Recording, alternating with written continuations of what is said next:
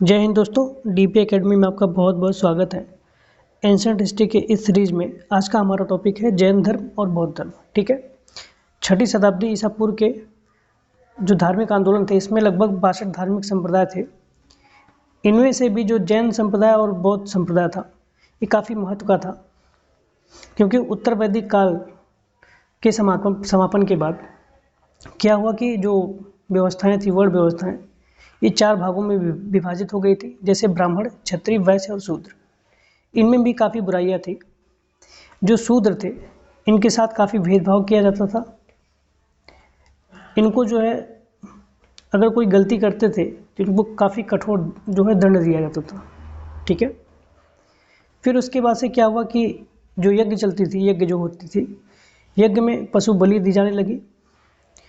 तो जब जैन धर्म आया तो जैन धर्म ने अहिंसा की बात की, तो इस धर्म से बहुत लोग जुड़े। इसके बाद जब बौद्ध धर्म आया, बौद्ध धर्म ने मध्यम मार्ग की बात कही। ठीक है, तो लोग उस धर्म से भी जुड़े। लेकिन जितना संरक्षण जो है बौद्ध धर्म को मिला, उतना जैन धर्म को नहीं मिल पाया। अशोक ने संरक्षण दिया, कुषाण काल में संरक्षण मिला बौद्ध धर्म को। ठीक है, जो बौद्ध धर्म था वो भारत के साथ साथ बाहर एशिया में, दक्षिण पूर्व एशिया, पूर्वी एशिया, हालांकि अभी भी जापान, ताइवान, कंबोडिया, ठीक है, उत्तरी कोरिया, दक्षिणी कोरिया, कुछ मध्य एशियाई देश में अभी भी हैं, अपने भारत में तिब्बत वाले क्षेत्र में हैं। ठीक है, बौद्ध धर्म और जैन धर्म जो है ये सबसे ज़्यादा भारत में पाए जाते हैं। ठीक है, क्या कारण है कि बौद्ध धर्म यहाँ से गायब हो गया? बिल्कुल ही, कुछ थोड़े बहुत अवशेष हैं, अभी भी कुछ लोग हैं जो मनाते हैं। ठीक है, तो इसको देखेंगे। तो चलिए स्टार्ट करते हैं। 6ठी शताब्दी ईसा पूर्व के धार्मिक आंदोलन। मानव जीवन अपने प्रारंभिक दौर से आगे बढ़ने लगा, तब उसके मन में बहुत सारे सवाल उठने लगे, जैसे इस दुनिया को बनाया किसने? हम जन्म क्यों लेते हैं? जन्म लेने के बाद मरते क्यों हैं? हमारी आपसी परेशानियों का कारण क्या है? ऐसे बहुत सारे सवालों के जवाब में ईसा पूर्व 6ठी सदी के उत्तरार्ध में मध्य गंगा के मैदानों में अनेक धार्मिक संप्रदायों का उदय हुआ। मध्य गंगा मतलब मिडिल एरिया का। ठीक है, नवीन धर्मों की उत्पत्ति के कारण क्या कारण थे? वैदिक धर्म की जटिलता तथा यज्ञों की परंपरा। ठीक है, जाति प्रथा की जटिलता, जो भी हमने बताया। वैदिक धर्मों ग्रंथों की कठिन भाषा, चूँकि जो वैदिक धर्म थे इनकी भाषाएं कठिन थे, और ये पाली, जो बौद्ध और जैन धर्म थे, पाली अग्रमागधी भाषा में अधिकतर अपना प्रचार प्रसार किए। ठीक है, वैश्य वर्ग के महत्व में वृद्धि। ठीक है, नवीन कृषि मूलक अर्थव्यवस्था का विस्तार, अनुकूल राजनीतिक दशा, कई राजाओं का धर्म के सहयोग, बिंबिसार और अजातशत्रु। ठीक है, अब देखते हैं जैन धर्म को। जैन परंपरा के अनुसार इस धर्म में 24 तीर्थंकरों में, इनमें प्रथम ऋषभदेव थे। ठीक है, प्रथम तीर्थंकर ऋषभदेव के बारे में देखते हैं। इन्हें जैन धर्म का संस्थापक माना जाता है। तीर्थंकर का अर्थ होता है तीर्थ की रचना करने वाला। ठीक है, इन्हें आदिनाथ भी कहा जाता है। इनका जन्म अयोध्या में हुआ था। इनके 2 पुत्र थे, बाहुबली और दूसरे थे भरत चक्रवर्ती। इनकी मृत्यु कैलाश पर्वत पर हुई थी। ठीक है, 23वें तीर्थंकर थे पार्श्वनाथ। इनका काल महावीर से 250 ईसा पूर्व माना जाता है। इनके अनुयायियों को निग्रंथ कहा जाता था। ठीक है, पार्श्वनाथ का जन्म काशी के निकट हुआ था और समेत पर्वत के निकट निर्वाण प्राप्त हुआ था। निर्वाण मतलब ये मरे थे। ठीक है, पार्श्वनाथ द्वारा 4 महाव्रत का प्रतिपादन किया गया। ठीक है, पहला है सत्य, मतलब सत्य बोलना। अहिंसा मतलब हिंसा न करना। तीसरा है अपरिग्रह, धन संचय न करना। चौथा है अस्तेय, चोरी न करना। इसमें 5वां महाव्रत जोड़े थे महावीर स्वामी ब्रह्मचर्य। ठीक है, अब जो 23 तीर्थंकर हैं इनको देखते हैं। पहले हैं ऋषभदेव, जो कि आदिनाथ। दूसरे हैं अजितनाथ। तीसरे हैं संभवनाथ। चौथे हैं अभिनंदन। 5वें हैं सुमतिनाथ। 6ठे हैं पद्म प्रभु। 7वें हैं सुपार्श्वनाथ। 8वें हैं चंद्र प्रभु। 9वें हैं सुविधिनाथ। ठीक है, 10वें हैं शीतलनाथ। 11वें हैं श्रेयासनाथ। 12वें हैं वासुमूल। 13वें हैं विमलनाथ। 14वें हैं अनंतनाथ। 15वें हैं नर्मनाथ। 16वें हैं शांतिनाथ। 17वें हैं कुंथुनाथ, ठीक है। 18वें हैं अरनाथ, 19वें हैं मल्लीनाथ, 20वें हैं मुनि सुब्रत, ठीक है। 21वें हैं नेमिनाथ, 22वें हैं अरिष्ट नेमी, 23वें हैं पार्श्वनाथ और 24वें हैं महावीर स्वामी, ठीक है। 24वें तीर्थंकर महावीर स्वामी, ठीक है। इनका जन्म 599 ईसा पूर्व अथवा 540 ईसा पूर्व में कुंडल ग्राम वैशाली बिहार में हुआ था। पिता का नाम इनके था सिद्धार्थ, वज्जी संघ के जातक कुल के प्रधान थे, ठीक है। माता का नाम था यशोदा, कुंडी गोत्र की कन्या थी। पुत्री इनकी थी प्रियदर्शना। इनके जो दामाद थे उनका नाम था जमाली। इनके प्रथम शिष्य भी थे महावीर स्वामी के। इन्होंने गृहत्याग किया था 30 वर्ष की आयु में बड़े भाई नंदीवर्धन की आज्ञा से, ठीक है। इनके शिष्य जो थे वो मक्कलीपुत्र गोशाल थे। ज्ञान प्राप्ति इनको जो कैवल्य बोला जाता है, जो जिन भी बोला जाता है, जो कैवल्य मतलब ज्ञान की प्राप्ति हो जाती है जब जैन धर्म में लोगों को, तो इनको कैवल्य बोला जाता है, ठीक है।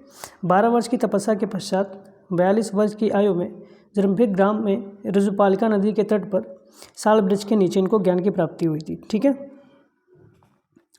निर्वाण इनकी मृत्यु कब हुई थी? 527 ईसा पूर्व अथवा 468 ईसा पूर्व पावापुरी वर्तमान राजगीर के समीप, ठीक है, मल्ल राजा सुस्तपाल के यहाँ, ठीक है। नेक्स्ट है जैन धर्म की प्रमुख शिक्षाएँ। इन्होंने पंच महाव्रत दिया था, ठीक है, जिसे अणुव्रत भी बोलते हैं।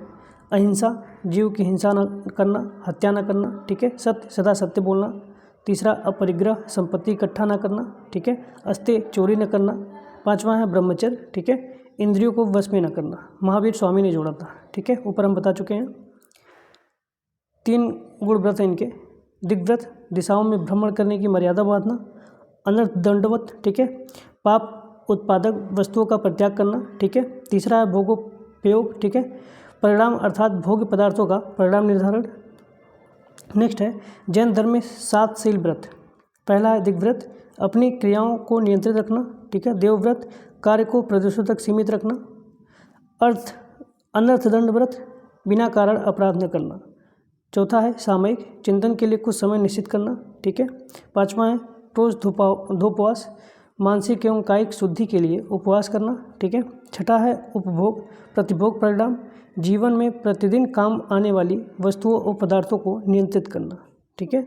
7वां है अतिथि समविभाग, अतिथि को भोजन कराए जाने के उपरांत भोजन करना, ठीक है। जैन धर्म के त्रिरत्न। कर्म फल से मुक्ति के लिए त्रिरत्न का अनुशीलन आवश्यक है। सम्यक दर्शन मतलब वास्तविक ज्ञान, सम्यक ज्ञान मतलब सत्य में विश्वास, सम्यक आचरण मतलब सांसारिक विषयों से उत्पन्न सुख दुख के प्रति संभाव, ठीक है। नेक्स्ट चलते हैं। जैन धर्मानुसार ज्ञान के 3 स्रोत हैं। पहला है प्रत्यक्ष, दूसरा है अनुमान, तीसरा है तीर्थंकरों के वचन, ठीक है। जैन धर्म में अनेक प्रकार के ज्ञान को परिभाषित किया गया है। पहला है मति, इंद्रिय जनित ज्ञान। दूसरा है श्रुति, श्रवण ज्ञान। तीसरा है अवधि, जो है दिव्य ज्ञान। चौथा है मन प्राय, दूसरे के मन को जान लेना। 5वां है कवल्य, मतलब सर्वोच्च ज्ञान, ठीक है। 5 प्रकार के ज्ञान है। नेक्स्ट है जैन धर्म में दर्शन। पहला है अनेकांतवाद, ठीक है, बहुरूपता सिद्धांत। दूसरा है सप्तभंगी शायदवाद, ठीक है, सापेक्षता का सिद्धांत। तीसरा है नववाद, ठीक है, आंशिक दृष्टिकोण के सिद्धांत, ठीक है। अब देखते हैं कैवल्य को। जब जीव से कर्म या अवशेष बिल्कुल समाप्त हो जाता है तब वह मोक्ष की प्राप्ति मतलब कैवल्य प्राप्त कर लेता है। जैन धर्म में सिर्फ संघ के सदस्यों के लिए कैवल्य का नियम है, सामान्यतः जन के लिए नहीं। महावीर स्वामी को कैवल्य की प्राप्ति हो जाने के बाद ही केवलिन जिन मतलब विजेता, अहर, योग्य, निगर्त, बंधन रहित जैसी उपाधियाँ मिली, ठीक है। जैन धर्म की विशेषताएं देखते हैं। महावीर ने अपने जीवन काल में ही एक संघ की स्थापना की जिसमें 11 प्रमुख अनुयायी सम्मिलित थे। ये गणधर कहलाए। महावीर के जीवन काल में ही 10 गणधर की मृत्यु हो गई थी। महावीर के बाद केवल शुद्धमर्ण जीवित था। जैन धर्म की प्रमुख विशेषताएं निम्नलिखित हैं, ठीक है। जैसे जैन धर्म में देवताओं के अस्तित्व को स्वीकार किया गया किंतु उनका स्थान जिन से नीचे रखा गया, मतलब जिन इनसे मतलब महावीर स्वामी और भी जितने तीर्थंकर थे, ठीक है। नेक्स्ट है जैन धर्म संसार की वास्तविकता को स्वीकार करता है पर सृष्टिकर्ता के रूप में ईश्वर को नहीं स्वीकारता, ठीक है। नेक्स्ट है जैन धर्म में वर्ण व्यवस्था की निंदा नहीं की गई है। चौथा है महावीर के अनुसार पूर्व जन्म में अर्जित पुण्य एवं पाप के अनुसार कर्मफल ही जन्म तथा मृत्यु का कारण है। ठीक है। नेक्स्ट है जैन धर्म में अहिंसा पर विशेष बल दिया गया। इसमें कृषि एवं युद्ध में भाग लेने पर प्रतिबंध लगाया गया। ठीक है। नेक्स्ट है जैन धर्म में संलेखना पद्धति को अपनाया गया, जिसका अर्थ उपवास द्वारा प्राण त्याग करना होता है। ठीक है। नेक्स्ट है संथारा प्रथा। संथारा प्रथा के अंतर्गत जब किसी व्यक्ति को लगता है कि वह मृत्यु के निकट है तो वह एक एकांतावास ग्रहण कर लेता है और अन्न जल त्याग कर देता है और मौन व्रत धारण कर लेता है। ठीक है। इसके बाद वह किसी भी दिन शरीर का त्याग कर देता है। नेक्स्ट देखते हैं जैन साहित्य। जैन साहित्य प्राकृतिक एवं संस्कृत है भाषा में मिलते हैं। इसके अलावा अर्धमागधी भाषा में भी लिखे गए हैं। कालांतर में जैनियों ने कन्नड़ भाषा में भी साहित्य लिखे हैं। जैसे जैन साहित्य को आगम कहा जाता है, जिसमें 12 अंग, 12 उपांग, 10 प्रकीर्ण, 6 छेद सूत्र, 4 मंगल सूत्र, मूल सूत्र, 1 नदी सूत्र एवं 1 अनुयोगदार है। ठीक है। जैन ग्रंथ के आचरांग सूत्र में जैन बुच्चियों के आचार नियम व विधि निषेधों का विवरण है। भगवती सूत्र में महावीर के जीवन का उल्लेख तथा 16 महाजनपदों का उल्लेख किया गया है। ठीक है। भद्रबाहु ने कल्प सूत्र की रचना संस्कृत में की, जिनमें तीर्थंकरों का जीवन चरित्र वर्णन है। ठीक है। और कुछ जैन समितियाँ और सभाएँ देखते हैं। ठीक है। प्रथम संगीति जो है चंद्रगुप्त मौर्य के शासनकाल में लगभग 300 ईसा पूर्व में पाटलिपुत्र में संपन्न हुई थी। इसमें जैन धर्म के प्रधान भाग को 12 अंगों का संपादन हुआ। यह सभा स्थूलभद्र तथा संभूति विजय नामक अस्तवीरों के निरीक्षण में हुई और जैन धर्म 2 भागों में बट गया, जैसे श्वेतांबर तथा दिगंबर। ठीक है। द्वितीय संगीति यह सभा देवदर्दी क्षमा श्रमण के नेतृत्व में गुजरात में वल्लभी नामक स्थान पर लगभग 513 ईस्वी में संपन्न हुई। ठीक है।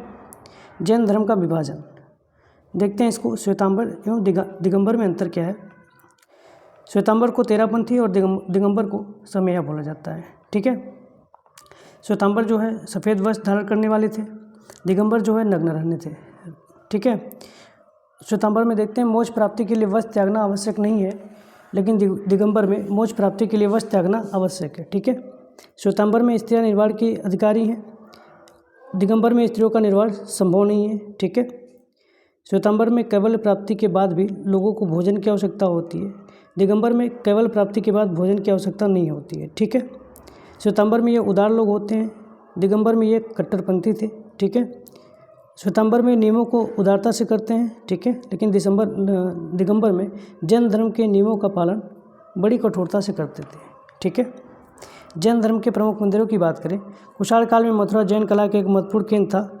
ऋषभनाथ मंदिर, दिलवाड़ा का जैन मंदिर, पारसनाथ का जैन मंदिर, मंगुती का जैन मंदिर, श्रवणबेलगोला कर्नाटक में घुमेतेश्वर की मूर्ति, जहां 12 वर्ष में महामस्तक का अभिषेक किया जाता था। ठीक है। जैन धर्म के पतन के कारण अहिंसा पर अत्यधिक बल, जिससे कृषि करने वाले तथा युद्ध करने वाले इस धर्म से दूर रहे। आत्मपीड़न, कठोर व्रत एवं तपस्या पर बल तथा जाति व्यवस्था के दर्शन को बनाए रखना। ठीक है। जैन दर्शन को समझना साधारण जनता के लिए आसान नहीं था। नेक्स्ट है जैन साहित्य का संस्कृत में लिखा जाना। ठीक है। नेक्स्ट है बौद्ध धर्म का विस्तार, जो मैंने आपको बताया। नेक्स्ट है ब्राह्मण धर्म का पुनरुत्थान। नेक्स्ट है जैन धर्म को राजकीय आश्रय का कम मिलना। नेक्स्ट है फिर जैन धर्म में अच्छे धर्म प्रचारकों का अभाव देखा गया। ठीक है। नेक्स्ट है जैन धर्म के प्रचार में धन की कमी। ठीक है। नेक्स्ट देखते हैं बौद्ध धर्म। ठीक है। गौतम बुद्ध, इनके परिचय की बात करें तो इनका जन्म 563 ईसा पूर्व में हुआ था। जन्म स्थान जो इनका जन्म हुआ था लुम्बिनी, जो नेपाल है, कपिलवस्तु में हुआ था। बचपन का नाम इनके जो है सिद्धार्थ था। पिता का नाम शुद्धोधन था, जो कपिलवस्तु के सागगढ़ के प्रधान थे। ठीक है। माता का नाम माया देवी अथवा महामाया, जो कोली गणराज की कन्या थी। ठीक है। इनका पालन पोषण किया था, जो इनकी मौसी थी प्रजापति गौतमी द्वारा किया गया था। इन्हीं के नाम पर बुद्ध का नाम गौतम रखा गया। ठीक है। पत्नी का नाम यशोधरा, अन्य नाम जो था इनका गोपा, बिंबा, भद्रकच्छा आदि था। ठीक है। पुत्र का नाम जो था राहुल था। घोड़े का नाम कत्थक था। जो इनकी मृत्यु हुई थी 483 ईसा पूर्व में मल्लों की राजधानी कुशीनगर या कुशीनारा में हुई थी। ठीक है। ज्ञान की प्राप्ति इनको बोध गया। 35 वर्ष की आयु में बैसाख की एक रात पूर्णिमा के दिन जो पीपल बट वृक्ष के नीचे हुई थी। निरंजना नदी है पुनपुन नदी के किनारे, ठीक है। ज्ञान प्राप्ति के बाद बुद्ध को तथागत कहा गया। गौतम बुद्ध के जीवन संबंधित 4 दृश्य अत्यंत प्रसिद्ध हैं, जिन्हें देखकर उनके मन में वैराग्य की भावना उठी, ठीक है। ऐसे एक कहानी है कि जो गौतम बुद्ध एक बार जा रहे थे तो वृद्ध व्यक्ति को देखे, ठीक है, फिर बीमार व्यक्ति को देखे, फिर एक मृत व्यक्ति को देखे। इसको देखने के बाद इनके मन में ख्याल आया कि भैया ये जीवन ऐसे ही है क्या। फिर उन्होंने सन्यास की भावना इनके मन में आई, ठीक है। फिर ये सन्यासी हो गए। बुद्ध ने 29 वर्ष की आयु में गृह त्याग दिया। इसको बौद्ध धर्म में महाभिनिष्क्रमण कहा जाता है। बैसाखी के समीप उनकी मुलाकात सांख्य दर्शन के दार्शनिक आचार्य अलार कलाम से हुई। बुद्ध को बोधगया में ज्ञान की प्राप्ति हुई। सारनाथ ऋषिपत्तनम या मृगदाप में बुद्ध ने 5 ब्राह्मण सन्यासियों को अपना प्रथम उपदेश दिया, जिन्हें बौद्ध ग्रंथों में धर्मचक्र परिवर्तन कहा जाता है, ठीक है। जहाँ उपदेश देते हैं वहाँ इसको बौद्ध धर्मचक्र परिवर्तन कहा जाता है। ये सारनाथ में है, बनारस के पास, ठीक है, के नाम से जाना जाता है। तथा बुद्ध ने सर्वप्रथम तपसु या वलिक नामक 2 शूद्रों को बौद्ध धर्म का अनुयायी बनाया। बुद्ध को राजाओं द्वारा उपहार देखते हैं इसको। बुद्ध के राजगृह पहुंचने पर बिंबिसार ने उनका स्वागत किया तथा बेड़ुवन बिहार दान में दिया। नेक्स्ट है वैशाली के लिच्छवियों ने बुद्ध को वैशाली आमंत्रित किया तथा कूटाग्रशाला नामक बिहार दान में दे दिया। नेक्स्ट है कौशाम्बी का शासक उदयन ने घोषित राम बिहार बिच्छू संघ को प्रदान किया, ठीक है। नेक्स्ट इसकी जो है संगीतिया और सभा को देखते हैं। जो प्रथम संगीति हुई थी ये राजगृह में हुई थी, सब बड़ी गुफा में। इसकी अवधि थी 483 ईसा पूर्व। शासनकाल था अजातशत्रु का। इसके अध्यक्ष थे महाकश्यप, ठीक है। कार्य की बात करें तो बुद्ध के उपदेश को शुद्ध पिटक तथा विनय पिटक में संकलित किया गया था। द्वितीय जो संगीति हुई थी ये वैशाली में हुई थी, ठीक है, 383 ईसा पूर्व में। काल अशोक जो था इसका शासक था, ठीक है। जो इसके अध्यक्ष थे वो साबक मीर थे, शुभगामी, ठीक है। बिच्छुओं के मतभेद के कारण बौद्ध संघ अस्तवीर एवं महासंधिक में विभाजित हो गया, ठीक है। तृतीय जो हुई थी वो पाटलिपुत्र में 250 ईसा पूर्व में, ठीक है। अशोक के शासनकाल में मोगली पुत्र तिस इसके जैसे वो अध्यक्ष थे, ठीक है। जो अभिधंग पिटक है इसका संकलन किया गया था, ठीक है। चतुर्थ जो संगीति हुई थी कुंडलवन कश्मीर में हुई थी। लगभग ईसा की प्रथम शताब्दी में कनिष्क के शासनकाल में वसुमित्र जो थे इसके अध्यक्ष थे। बौद्ध धर्म का हीनयान तथा महायान में विभाजित हो गया था इसमें, ठीक है। नेक्स्ट देखते हैं बौद्ध धर्म की शिक्षा एवं सिद्धांत। बौद्ध धर्म के 3 त्रिरत्न बुद्ध, धम्म और संघ, ठीक है। बौद्ध धर्म के 4 आर्य सत्य हैं, जैसे दुख निरोध, दुख समुदाय, दुख निरोध, गामिनी प्रतिपदा, ठीक है। नेक्स्ट है अष्टांगिक मार्ग। दुख को हराने वाले तथा तृष्णा का नाश करने वाले अष्टांगिक मार्ग के 8 अंग हैं। इसे मध्यमा प्रतिपदा एवं मध्यम वर्ग भी कहते हैं। अष्टांगिक मार्ग के 3 मुख्य भाग हैं, जैसे प्रज्ञा ज्ञान, शील ज्ञान तथा समाधि ज्ञान। इन 3 प्रमुख भागों के अंतर्गत 8 उपायों की बात की गई है जो निम्नलिखित हैं। पहला है सम्यक दृष्टि, वस्तु के वास्तविक स्वरूप की समझ, ठीक है। दूसरा है सम्यक संकल्प, लोभ, द्वेष और हिंसा से मुक्त विचार, ठीक है। तीसरा है सम्यक वाक, अप्रिय वचनों का त्याग। चौथा है सम्यक कर्मांत, ठीक है, सर्व कर्मों का अनुसरण। 5वां है सम्यक आजीव, सदाचार युक्त आजीवक, ठीक है। नेक्स्ट 6ठा है सम्यक व्यायाम, मानसिक शारीरिक स्वास्थ्य, ठीक है। 7वां है सम्यक स्मृति, सात्विक भाव। 8वां है सम्यक समाधि मतलब एकाग्रता, ठीक है। 10 शील की बात करें, बौद्ध धर्म में निर्वाण प्राप्ति के लिए सदाचार तथा नैतिक जीवन पर अत्यधिक बल दिया गया। इस 10 शीलों का अनुशीलन नैतिक जीवन का आधार है। इन 10 शीलों को शिक्षापद भी कहा गया है, ठीक है। ये है जैसे पहला अहिंसा, दूसरा है सत्य, तीसरा है अस्त्य, चोरी न करना। चौथा अपरिग्रह, किसी प्रकार की संपत्ति न रखना, ठीक है। 5वां है मद सेवन न करना। 6ठा है असमय भोजन न करना, ठीक है। 7वां है सुखप्रद बिस्तर पर न सोना, ठीक है। 8वां है आभूषणों का त्याग। 9वां है स्त्रियों से दूर रहना, ब्रह्मचर्य का पालन करना, ठीक है। 10वां है व्यभिचार आदि से दूर रहना, ठीक है। वास्तविक में अगर देखा जाए तो जो बुद्ध के नियम है अगर इसको अपना ले कोई तो उसका जीवन वाकई में सुधर सकता है। ठीक है, तो इसको आप लोग अगर प्रयोग करिएगा, क्योंकि बिल्कुल मध्यम मार्ग में ही चलते थे ये, न तो ज़्यादा निष्क्रिय थे न तो ज़्यादा उत्तेजित थे। इनसे एक बार किसी लड़के ने बोला, किसी व्यक्ति ने बोला शायद, कि बोला क्या, गाली दिया उसने।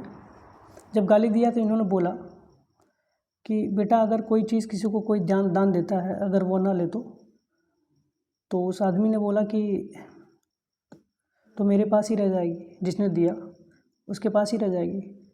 तो गौतम बुद्ध जी ने बोला कि जाओ, मैंने तुम्हारी गाली नहीं ली। ठीक है, इतने अच्छे विचार के थे वो। ठीक है, नेक्स्ट देखते हैं।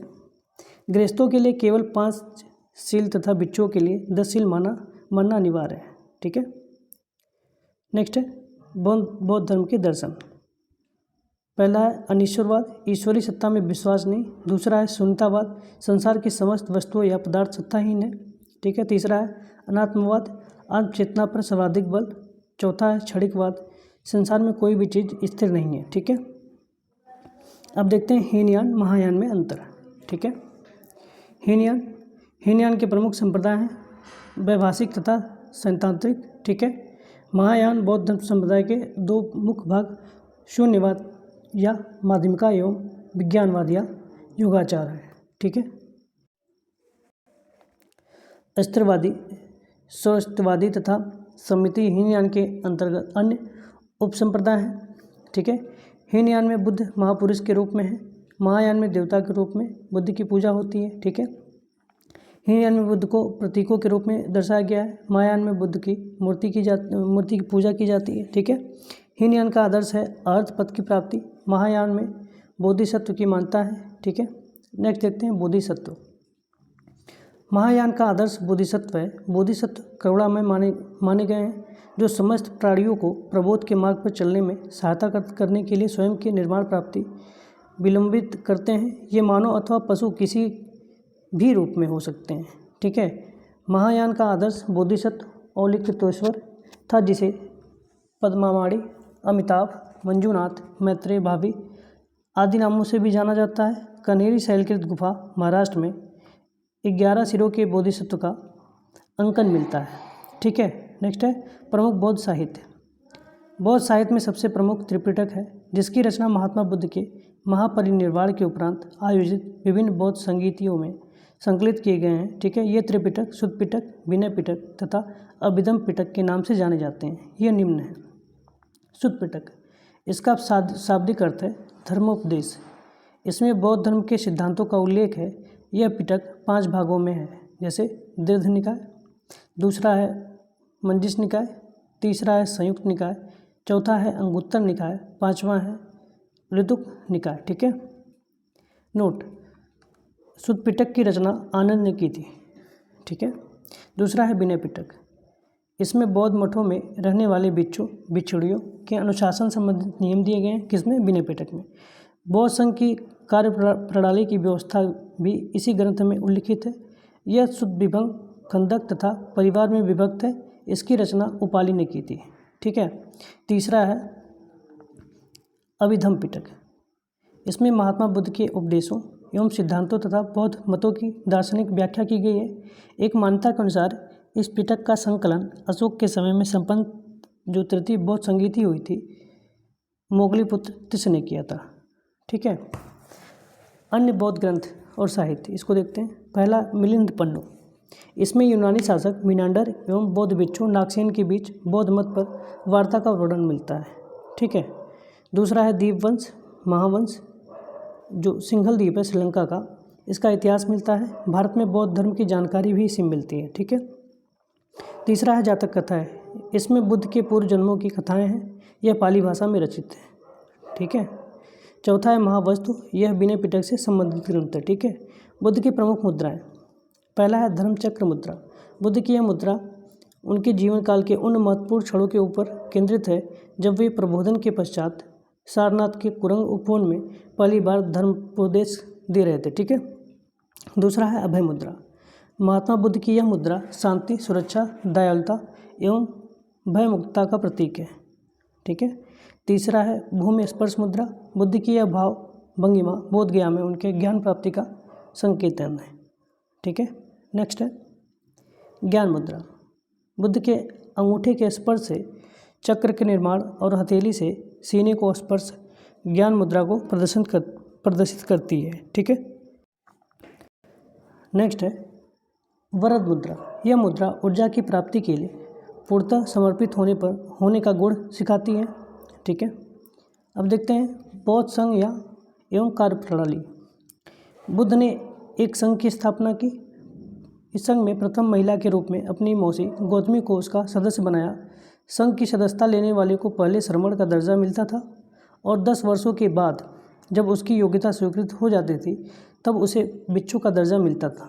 ठीक है, बौद्ध भिक्षु बुद्ध के अनुयायियों के 2 वर्ग थे, उपासक जो परिवार के साथ रहते थे और भिक्षु जिन्होंने गृह जीवन त्याग कर सन्यासी जीवन अपना लिया। वे एक संगठन के रूप में इकट्ठा रहते थे जिसे बुद्ध ने संघ कहा। स्त्रियों को भी संघ में प्रवेश की अनुमति थी। संघ की कार्यप्रणाली निम्नलिखित है। ठीक है, देखते हैं इसको। पहला, संघ में अल्पवयस्क, चोर, हत्यारा, ऋणी व्यक्ति, दास तथा रोगी व्यक्ति का प्रवेश वर्जित था। ठीक है, दूसरा, बौद्ध संघ की संरचना गणतंत्र प्रणाली पर आधारित थी। हर जाति के लोग शामिल हो सकते थे। सभा की वैध कार्यवाही के लिए न्यूनतम संख्या कोरम, जो उसकी कोरम पूर्ति थी वो 20 थी। ठीक है, तीसरा, गंभीर अपराध पर वयस्कों द्वारा एवं बुद्धों की समिति विचार करती थी।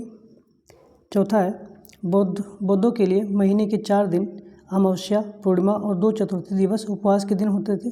ठीक है, पाँचवा है बौद्धों का सबसे पवित्र एवं महत्वपूर्ण दिन यह त्यौहार बैसाख की पूर्णिमा है, जिसे बुद्ध पूर्णिमा भी कहा जाता है।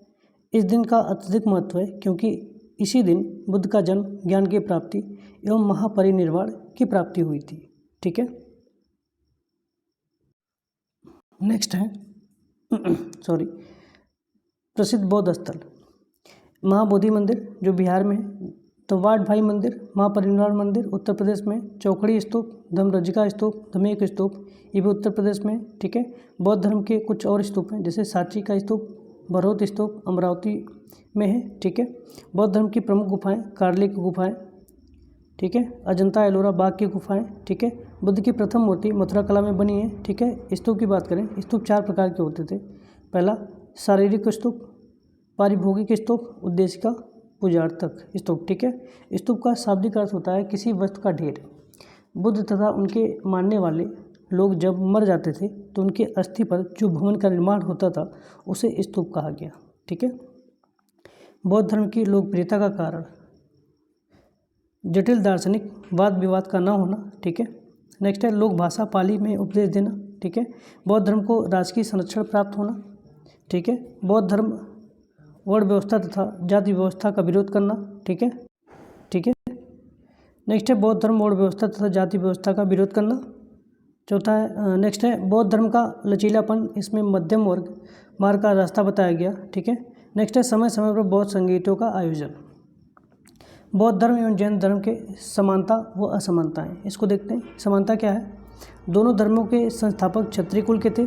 दोनों धर्मों में वेदों की प्रार्थना के प्रति अनास्था है। कर्मकांडों का निषेध किया गया है। ठीक है, कर्म और पुनर्जन्म दोनों में मिलते हैं। ठीक है, माने जाते हैं ये। असमानता की बात करें, बौद्ध इसी जीवन में जो निर्वाण है इसी जीवन में संभव मानते हैं। ठीक है, जबकि जैन शरीर से मुक्ति के पश्चात इसे संभव मानते हैं। नेक्स्ट है बौद्ध मत मुक्ति हेतु मध्यम मार्ग का उपदेश देता है, जबकि जैन कठोर साधना पर बल देते हैं। ठीक है, नेक्स्ट है बुद्ध ने जाति प्रथा की कठोर निंदा की है, जबकि महावीर ने इसकी निंदा नहीं की है। ठीक है, नेक्स्ट है महावीर ने बुद्ध की उपेक्षा, अहिंसा व अपरिग्रह पर अधिक बल दिया गया है। मुख्यतः बौद्ध धर्म में पाली तथा जैन धर्म में अर्धमागधी या प्राकृतिक भाषा का प्रयोग किया गया है। ठीक है, नेक्स्ट है बौद्ध धर्म में अष्ट महास्थान। बुद्ध के जीवन से जुड़े 8 प्रमुख स्थानों का बौद्ध धर्म से पवित्र स्थान माना जाता है। इसे अष्ट महास्थान कहा जाता है। ठीक है, जो निम्न है। पहला है लुम्बिनी जो कपिल वस्तु में है। दूसरा है गया जो बिहार में है। तीसरा है सारनाथ जो वाराणसी के पास है। चौथा कुशीनगर है जो यूपी में है। श्रावस्ती। ठीक है, छठा है संकास्य। सातवां है राजगिरी जो बिहार में है। ठीक है, आठवां है वैशाली जो बिहार में है। ठीक है, बुद्ध के जीवन से संबंधित बौद्ध धर्म के प्रतीक, इसको देखते हैं। इनकी घटनाओं और क्या क्या चिन्ह बनाए गए हैं, ठीक है। जन्म से कमल व सांड, ठीक है। गृह त्याग से घोड़ा, ठीक है। ज्ञान से पीपल जो बोधि वृक्ष जहाँ इनको ज्ञान की प्राप्ति हुई थी, ठीक है। निर्वाण से इनके पद चिन्ह, मृत्यु जो है इनके स्तूप बनाए गए हैं, ठीक है। इनके जो प्रतीक हैं।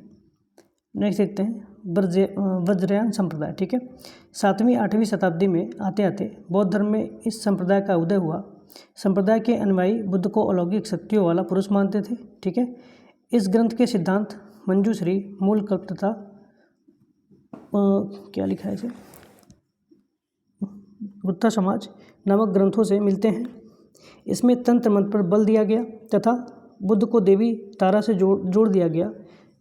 तिब्बत तथा चीन से विशेष रूप से प्रचलित हुआ, ठीक है। नेक्स्ट है, महात्मा बुद्ध को 3 नामों से जाना जाता है, जैसे बुद्ध, तथागत तथा शाक्यमुनि, ठीक है। आज यहीं तक करते हैं, ठीक है। धन्यवाद दोस्तों।